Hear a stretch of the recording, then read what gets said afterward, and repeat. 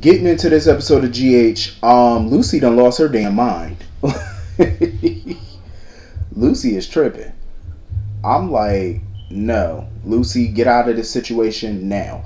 I love when Anna and Valentine got the upper hand on Johan and he didn't even know it. They done pushed his ass overboard. He didn't even see who did it, how it happened, nothing. They just chucked him overboard. And, Lucy convinced Victor to go check on him or whatever, go see what's going on. And Lucy was like, what the hell are y'all doing here? Anna was like, shit, we here to rescue your ass. We here to get you out of here. Lucy shocked me when she said, oh, what makes you think I want to be rescued? I'm like, excuse me? See, that's what I'm confused. Because I'm like, before, she was asking Victor, oh, when are we going back to the mainland? She know damn well she didn't want to be on that boat with him. And now all of a sudden she don't want to be rescued? Because Victor was trying to woo her, saying, oh, she need to be weighted on hand and foot. I feel like Lucy playing a dangerous game. Like, she thinks she can handle Victor. You know what I mean? Like, she thinks she can handle him.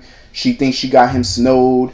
And Anna and Valentine are not convinced. Because Anna knows that eventually, Lucy gonna need some rescuing from him. She gonna find herself in danger. And she gonna need that help. And she is. She gonna need it. Because Victor is very unpredictable. And if he gets the slightest whiff that she been playing him, even from the beginning, and he figures that out, she's done for. But she's pretty much entertained in this right now. She was wondering like what a life with Victor would look like. What a future with him would look like and stuff like that. Because she really wants to know his secret. Like, what is he planning? Like, what's this big thing that's coming, And, like I said, Lucy just need to get out of this right now. Because she thinks like this is the most excitement that she's had in years. And I'm like, okay, you want some excitement, take your ass to the movies. You know what I mean? Because this is life or death. Like, you don't want to play with that. Fuck around, come up missing one day. I'm just saying, like, she's playing a dangerous game here. So anyway, moving on from that. Nina definitely hit the nail on the head with Ava. Like, she's still in love with Nikolas. And she wants to go back to him. But a big part of her is hesitant about getting back with him because she don't know if she could trust him like that again. Because he already betrayed her once. Like, who's to say he won't do it again? But I love how Ava realized, like, she's no better than him. Because she was like, shit, I blackmailed him into this marriage to begin with. But what went from blackmail what started from blackmail turned into love. They both fell for each other. But I feel like if they do get back together, they're gonna have a very twisted kind of marriage, like where they're in love, but they're gonna constantly do something to piss each other off. That's what I think that they're gonna do, and that's the kind of marriage that I think that they're gonna ultimately end up with, where it's kind of like a Mr. and Mrs. Smith kind of shit.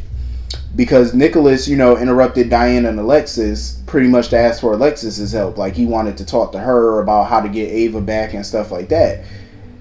Because he's sitting there talking about, oh, what happened to her made him realize how much he loved Ava, how much he needed her in his life.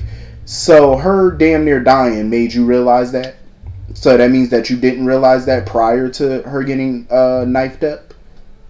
Like, all those declarations of love that he gave her didn't make him realize that before. So all that was a bunch of bullshit. And now he finally sees, oh, I really am in love with her. So you weren't before? I'm confused on that. I'm like, okay. See, that's the little games he be playing.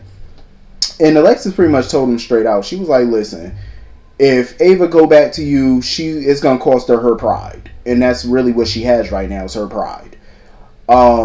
So basically, they figure that Nikolas is going to have to do something. He's going to have to give up something serious. Like, he's going to have to make a grand gesture to her to show her, like, he's committed to this marriage and he's serious. So he took that in stride and went to go see Ava and stuff. And Ava pretty much told him, like, I don't know how I'm going to be able to trust you or be sure that you're not going to betray me again, He held out some type of envelope. Something with it. I don't know what's in the envelope. What is he planning on doing? Like, is he signing Windermere over to her? Like, he's just gonna make some big ass grand gesture, and I feel like that's stupid. Because I feel it's stupid because he's gonna hurt her again. They're both, I think, at some point gonna do something to betray each other. So you're gonna do some grand gesture every time y'all do something to hurt each other? Y'all might as well just either get a divorce or stay in some type of twisted ass relationship. Either way, it's just all types of nutty to me. So anyway, moving on from that. I'm really trying to get some clarity on this whole Elizabeth situation, because this is confusing as all get out. She was talking to Finn because she was like, he don't never talk about his wife much. And he talked about how, one of his doctor friends died, and it was in Mariana, however you pronounce it, Islands or whatever. Liz started going through her photo album, and she saw an old picture of her and Sarah back in the day. I think it was like 1997, and they were in the same islands that Finn was talking about.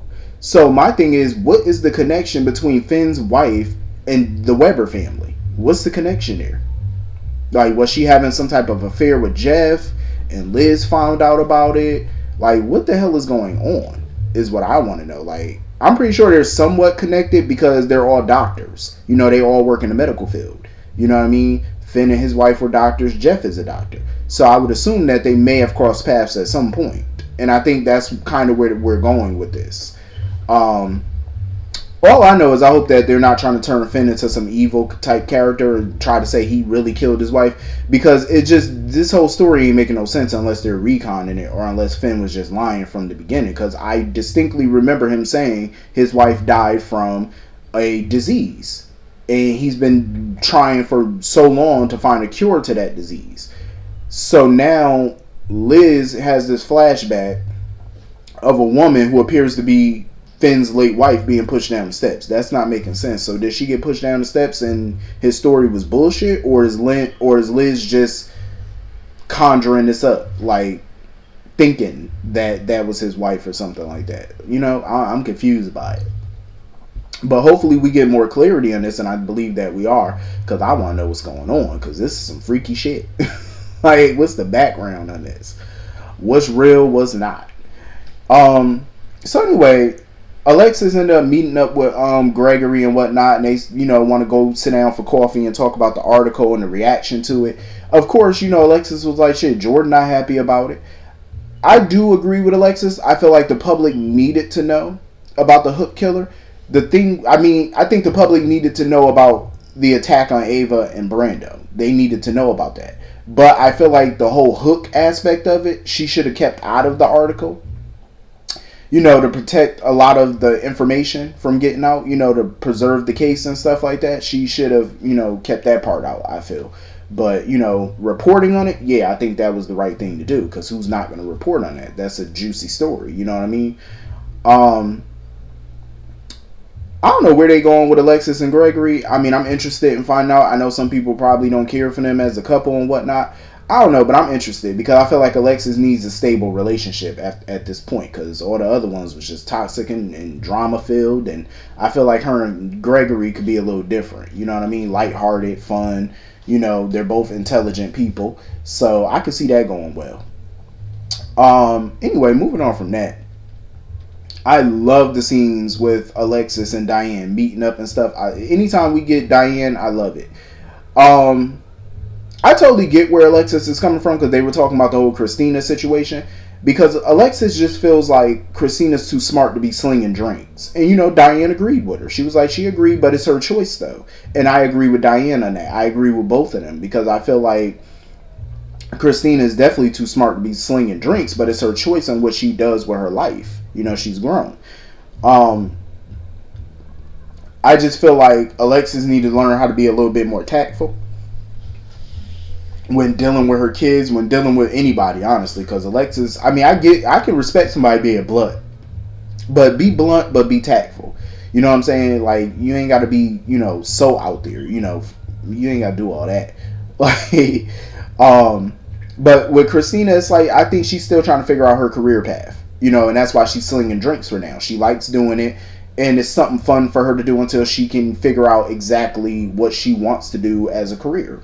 And even if she chooses to be a bartender the rest of her life, that's okay too. That's her choice. You can't knock somebody for their choice. So anyway, moving on from that, I felt horrible for Sasha. Watching her at the garage, just sitting there on the floor, and when she heard the door open, she was just hoping that it would be Brando walking through that door. You know, I felt horrible for her because I think a lot of people have those moments when they lose a loved one. You know, you just go somewhere, you know, to a place that makes you feel closer to the person that you lost, and that's why she went to the garage, to make her, you know, help her feel closer to Brando. But of course, it was just Sonny coming in and stuff, checking up on her, you know, and they were talking about, you know, how he can relate to what she's going through because of Morgan and stuff. You know, he feel like whenever he goes somewhere, he see Morgan. You know, anytime his phone ring, he hopes and thinks that it's going to be Morgan on the other end of that line. I totally get that because that is realistic. I mean, I think a lot of people have those moments. But Sasha gonna have a long road ahead of her. Like, she's gonna have a long few months ahead of her. You know, it's gonna be a struggle. And of course, you know, Dex came in and stuff like that. You know, because they were looking for Sasha and stuff, you know, and Gladys was grateful, I guess. So Diane comes up in there and whatnot, and Sonny was so a little rude. Oh, what do you want? And stuff like that. He's still mad at her about that damn hearing that they had and how she put all his personal business out there and stuff like that on the stand. It's like, at the end of the day, Sonny knows what type of lawyer Diane is. She's cutthroat. She does what she has to for her clients. And I'm glad Diane wasn't apologetic about it. You know, she wasn't really too apologetic. It was just like, at the end of the day, she did what she had to do. She does what she always does, which is be a damn good attorney. That's why people hire her. And I'm glad that she reminded Sonny that over the years, how she's protected him and his family. You know, she's done everything for his family. You know, the only thing she has not done is dug graves for him at the Pine Barrens whenever he needed to drop a body. You know, and I respect that. You know, that's what I love about Diane. Like, she's just doing her job, doing what people pay her to do, which is handle their legal shit, keeping them out of prison, safeguarding their money, their assets, whatever. She does whatever a good lawyer needs to do, you know, and I don't think she should apologize for it. And I'm glad how she shut Sonny down. She was like, listen, I'm not going to continue to talk about this with you. I didn't come here to see you. Like, she was like, I came here to see Sasha, not you. Because while Martin is away, mind you, I wouldn't be surprised also if Victor got Martin held captive somewhere. I wouldn't be shocked because nobody really has heard from Martin. Like, I don't even think nobody even talked to him on the phone like that. But while Martin's away, Diane is pretty much going to be the interim counsel for Sasha's guardianship. So she wanted to take a look at Brando's copy of the guardianship papers and stuff like that. And she's going to file a continuance. So, you know, Sonny was like, shit, well, you go look in the office and do that. I'm going to take Sasha home. And he wanted Dex to, you know, wait around for Diane to finish or whatever and lock up after she leave. So after they leave, Diane going through, you know, Dex's file. I mean, not Dex. She's going through Brando's files and stuff, and she found the paperwork. And guess who popped up in the damn thing in the garage? The fucking hook killer. I said, you got to be shitting me. Not the hook killer coming in here with a hook and standing behind Diane. I said, fuck no. Fuck no. I was afraid this was going to happen. I said, not Diane. Not the legal maverick. Please no. I really hope that she survives this attack. I really do. And that this killer did not put no poison again on that damn hook. Like, I hope not. And I feel like they're setting Dex up to be the fall guy. Because I really feel like he's the red herring. Because now it's going to really look like Dex is a prime suspect. Because he's been around after every attack so far. So it looked like somebody is setting his ass up to be the patsy. Because he popped up after Ava got attacked. He was around when Brando got attacked. Now he was around when Diane gets attacked. That's not going to be a coincidence for the PCPD. They're going to, you know, be like, well, this is an odd-ass coincidence that you were around for all three attacks. I'm starting to not believe he did this because it would be too obvious. You know what I mean? It got to be somebody else. So I'm definitely looking forward to seeing what's going to come of this hook killer, though, because I want to know who the hell this mess is. Like, who is this person? But, yeah, I think it's going to be pretty cool. But anyway, that's pretty much the whole episode. Have a great night. Peace.